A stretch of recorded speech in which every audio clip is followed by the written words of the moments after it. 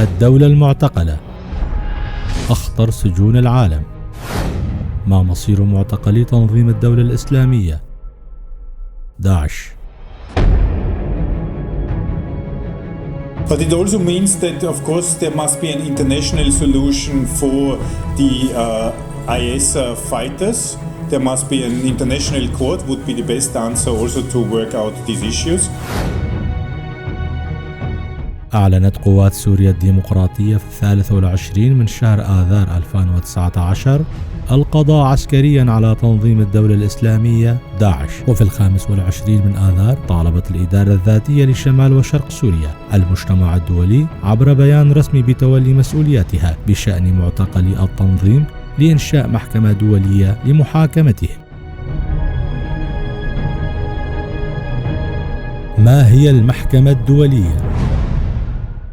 تطالب الإدارة الذاتية بإنشاء محكمة دولية شبيهة بالمحكمة الجنائية الدولية ليوغوسلافيا السابقة في 1993 والمحكمة الجنائية الدولية لرواندا في 1994، والتي أنشئت بهدف التحقق من الجرائم ومعاقبة مرتكبي الجرائم الفظيعة التي ارتكبت أثناء تلك النزاعات. أكثر من 12,000 مقاتل داعشي ارتكبوا جرائم تصل مستواها لجرائم الحرب، وتطالب الإدارة الذاتية بمحاكمتهم على أراضيها.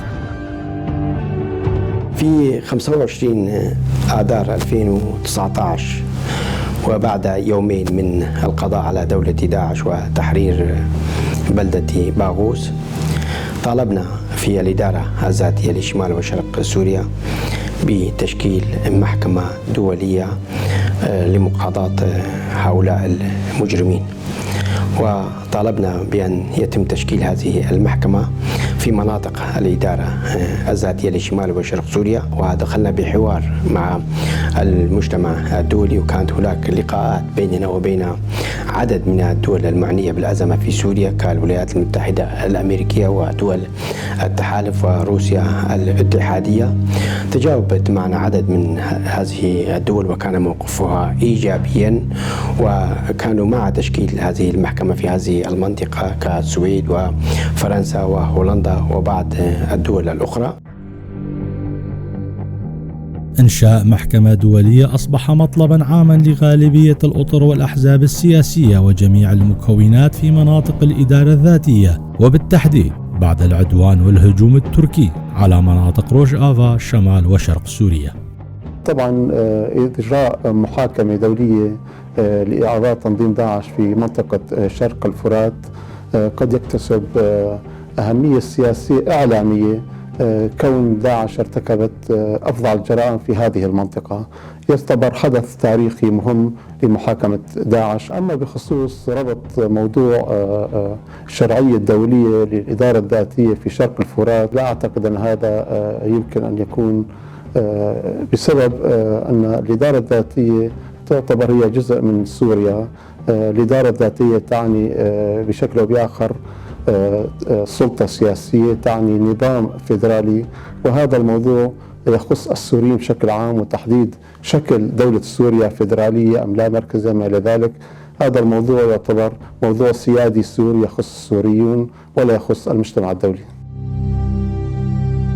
وهناك من يرفض فكرة إنشائها في مناطق الإدارة الذاتية، ويطالب المجتمع الدولي بترحيل واستلام مواطنيهم من مقاتلي التنظيم. أعتقد بأن وجود هؤلاء الإرهابيين في مناطقنا قنابل مؤقتة يشكل خطرا علينا، لذلك لا بد من الإسراع في محاكمة هؤلاء المجرمين وترحيلهم، لأن 60,000 إرهابي في هذه المنطقة هي ركائز لدولة إرهابية، يجب التخلص من هؤلاء. المحاكم الدولية تنشأ بقرار خاص من الأمم المتحدة وتحتاج إلى شروط. أعتقد هذه الشروط غير متوفرة الآن. من الأفضل أن نتخلص من هؤلاء، تجنب ظهور بؤر إرهابية في مناطقنا ونحن عانينا منها، وهؤلاء أول ما يتوجهون إلى الكرد والمناطق الكردية لديهم فتاوي بإبادة الكرد والتخلص. ومن جهة أخرى، يرى السياسي والأكاديمي بسمان العلي العساف لأن هذا الملف يعتبر من الملفات المعقدة جدا لعدة أسباب يشرحها العساف، ومنها أن عدد معتقلي داعش يفوق 12,000 معتقل، هم ليسوا معتقلين عاديين. هؤلاء ارتكبوا جرائم في سوريا والعراق ترتقي لمستوى جرائم حرب، رقم يشكل عبئا كبيرا حتى على دول. أعتقد بشكل عملياتي يعني الأفضل هو في هذه الظروف أن تأخذ كل دولة وتتحمل مسؤولية عناصرها أو مواطنينها، هذا مسؤولية كل دولة. يعني الإمكانيات المحلية غير قادرة على محاكمة هذا العدد. موضوع المحاكمة الدولية أو إنشاء محكمة خاصة لمحاكمتهم هنا صعب من الناحية اللوجستية، صعب من ناحية الإمكانات. ظروف المنطقة أصلا غير مستقرة، يعني نشهد عمليات عسكرية لازلنا في بخصوص الأتراك. من الناحية القانونية أيضا موضوع صعب، بحاجة إلى اعتراف قانوني دولي لمحاكمة هؤلاء. أيضا من الناحية السياسية لو تكلمنا لا يوجد توافق دولي حول هذا الموضوع، وحتى لو يعني سلمنا بموضوع أن هل مقاتلي داعش هي ورقة يمكن أن تستخدم الابتزاز السياسي أو ما شابه، لا أعتقد يعني من وجهة نظري أنها ممكن للسلطات المحلية أن تستخدمها. ممكن يعني تركيا كانت تستخدم هذه الأمور، أما بالنسبة للواقع المحلي لا أعتقد ذلك نهائيا. آلية المحكمة الدولية والقوانين التي ستعمل عليها. من الناحية القانونية الرسمية للإدارة الذاتية، يتحدث المحامي خالد برجس العلي عضو مجلس العدالة في الإدارة الذاتية لشمال وشرق سوريا عن مطالبتهم للمجتمع الدولي بإنشاء محكمة دولية خاصة لمحاكمة عناصر التنظيم الإرهابي شبيهة بمحاكم يوغوسلافيا ورواندا، أو محاكمتهم عن طريق محكمة الجنايات الدولية في لاهاي. وقلنا إذا تعذر ذلك أيضا يعني محاكمتهم عن طريق محكمة ذات طابع الدولي، يعني يتم فيه الاعتماد على القضاء المحلي من المؤسسة الأممية.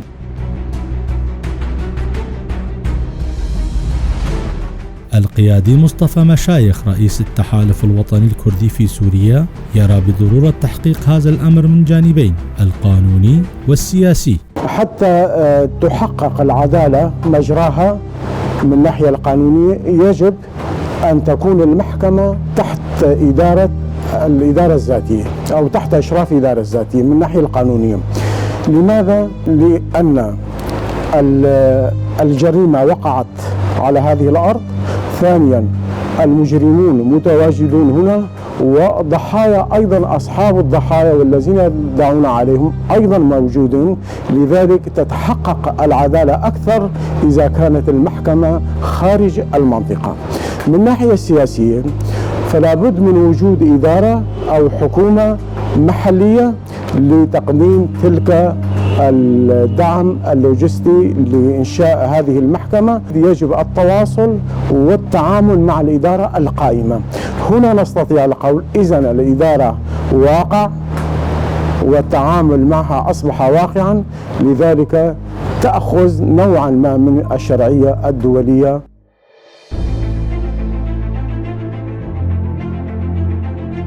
المجتمع الدولي لم يبادر في إنشاء المحكمة، والإدارة الذاتية ليست لديها إمكانيات ولا تتواجد في تشريعاتها عقوبة الإعدام. إذن ما هو الحل والمخرج؟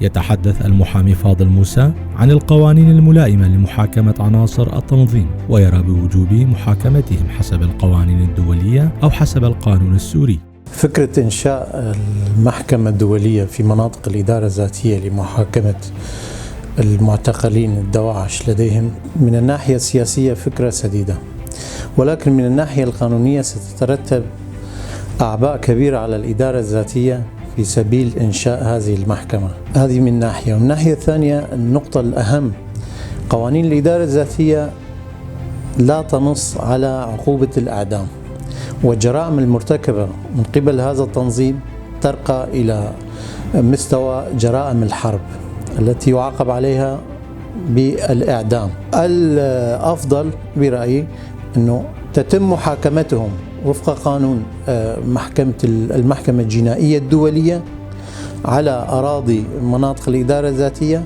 ولكن تنفيذ الأحكام تتم في دولهم، أو إذا اقتضى الأمر أنه تتم محاكمتهم لدى الإدارة الذاتية أن تتم محاكمتهم وفق قانون العقوبات السورية، لأنه هناك عقوبة الإعدام سيكون أنصف وأجدر.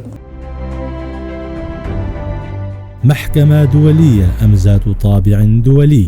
عدد من الدول كانوا مع التأكيد على ضرورة مقاضاة هؤلاء المجرمون في هذه المنطقة، لكنهم كانوا يعتقدون بأنه هناك صعوبة لتشكيل هذه المحكمة الدولية في هذه المنطقة، كون هذا تشكيل هذه المحكمة بحاجة إلى قرار من مجلس الأمن الدولي.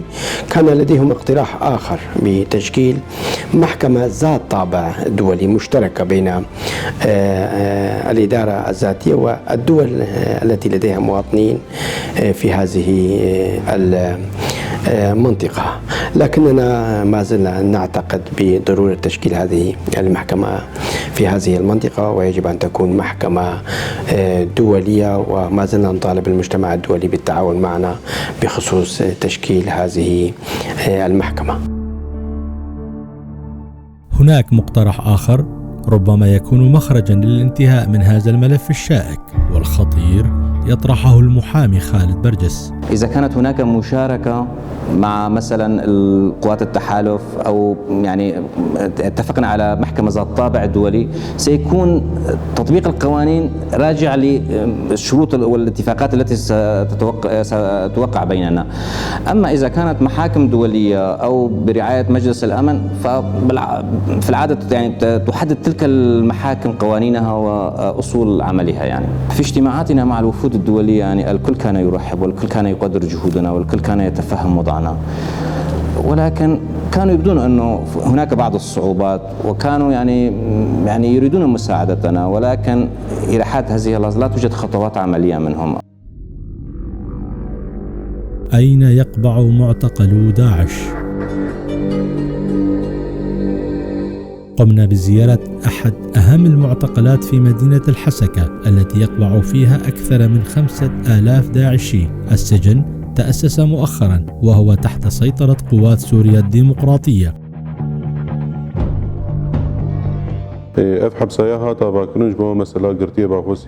لقد تأسس هذا السجن لأسرى داعش خلال حملتنا في الباغوز، ونقلنا هؤلاء الأسرى إلى هنا، وتم تأسيسه حسب إمكاناتنا الموجودة. إمكاناتنا محدودة هنا، وهناك بعض الأعمال لم يتم البت فيها، حيث تم توقيف العديد من الأعمال داخل السجن بسبب الهجوم التركي.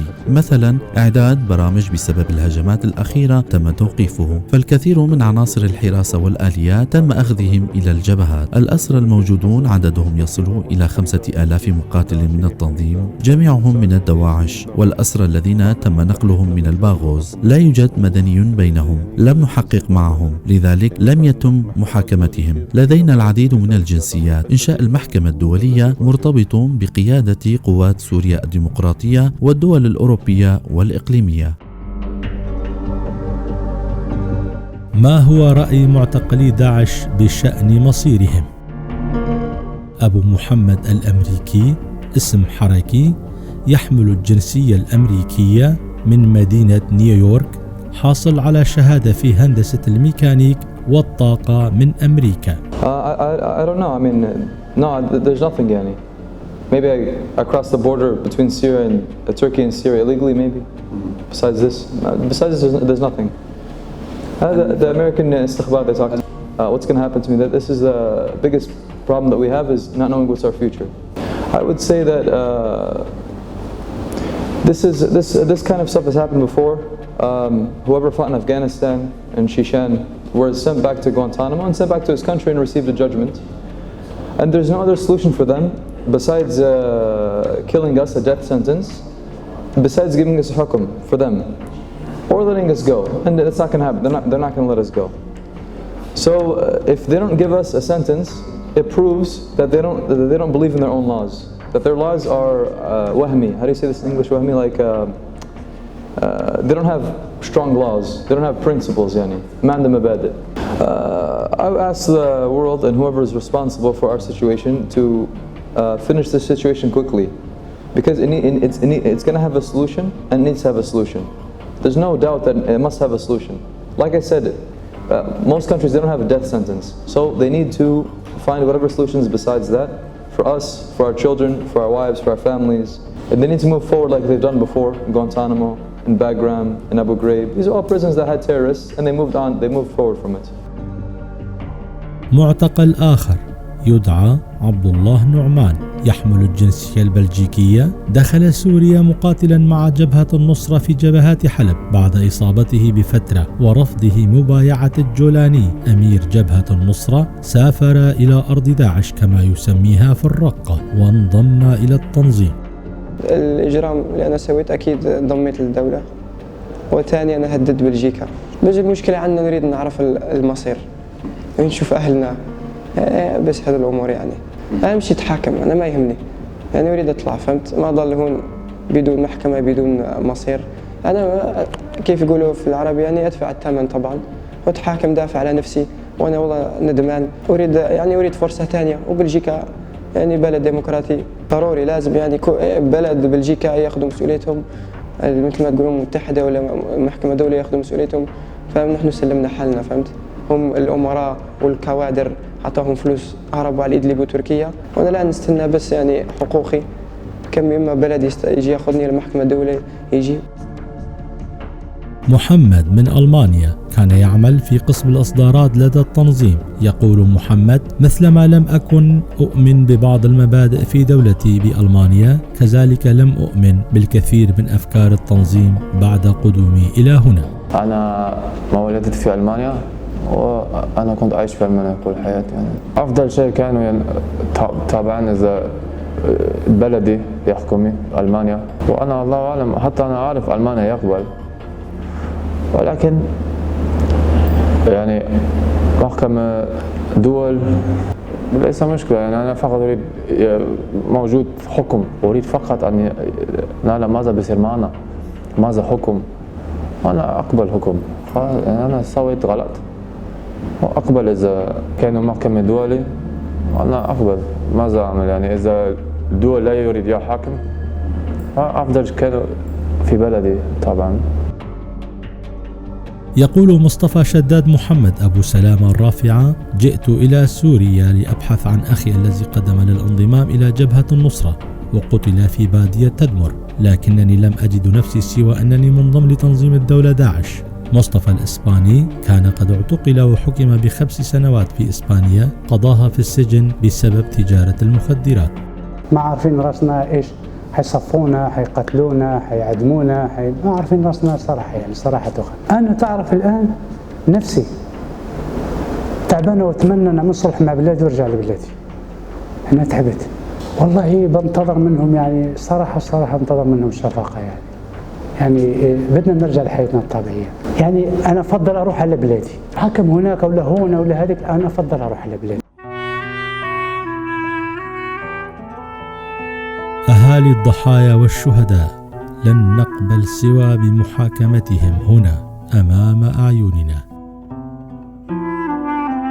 تتحدث والدة الشهيد باران وتهدي دماء ابنها إلى الشعب الكردي والكردستاني وجميع شعوب ومكونات المنطقة. تقول والدة الشهيد باران حارب التنظيمات الإرهابية منذ 7 سنوات، لم تبقى معركة إلا وشارك فيها باران، دافع عن أرضه وشعبه وعن الإنسانية جمعاء. متحدة المنافرسة دولتي أوروبية المنافرسة. الأمم المتحدة والدول الأوروبية غير مهتمة بقضيتنا. نريد أن تتم محاكمتهم هنا في روج آفا. أحرقوا قلوب أمهات كثر، لذلك يجب أن نشاهد بأم أعيننا محاكمتهم هنا في روج آفا. لو لم تتم محاكمتهم هنا في روج آفا فنعتبرها خيانة. لسان حالنا واحد، نحن أمهات الشهداء والضحايا، كلمتنا واحدة، لن نقبل سوى بمحاكمتهم هنا في روج آفا. أم قبول لكن محكمة وروج آفا بأم قبول لكن. المنطقة ما زالت تتعرض للعدوان والهجوم التركي، وتتخوف الإدارة الذاتية من فقدان السيطرة على هذه المعتقلات. تتواجد في المنطقة 5 قوات عسكرية: قوات سوريا الديمقراطية، قوات التحالف بقيادة أمريكا، القوات الروسية، وقوات النظام السوري، وأخيرا قوات الاحتلال التركي. وبحسب المسؤولين في الإدارة الذاتية والمهتمين بملف معتقلي داعش ومراكز دراسات دولية، عدم إيجاد حل بشأن المعتقلين ربما ستتعرض المنطقة لإعادة تشكيل الدولة الإسلامية داعش، لكن هذه المرة ربما سيجتاح التنظيم دولا كثيرة في المنطقة، خاصة بعد القضاء على زعيم ومؤسس تنظيم أبو بكر البغدادي وتولي زعامة التنظيم التركماني عبد الله قرداش، والملقب بأبي عمر التركماني، والذي تلقبه الصحافة الغربية بالمدمر.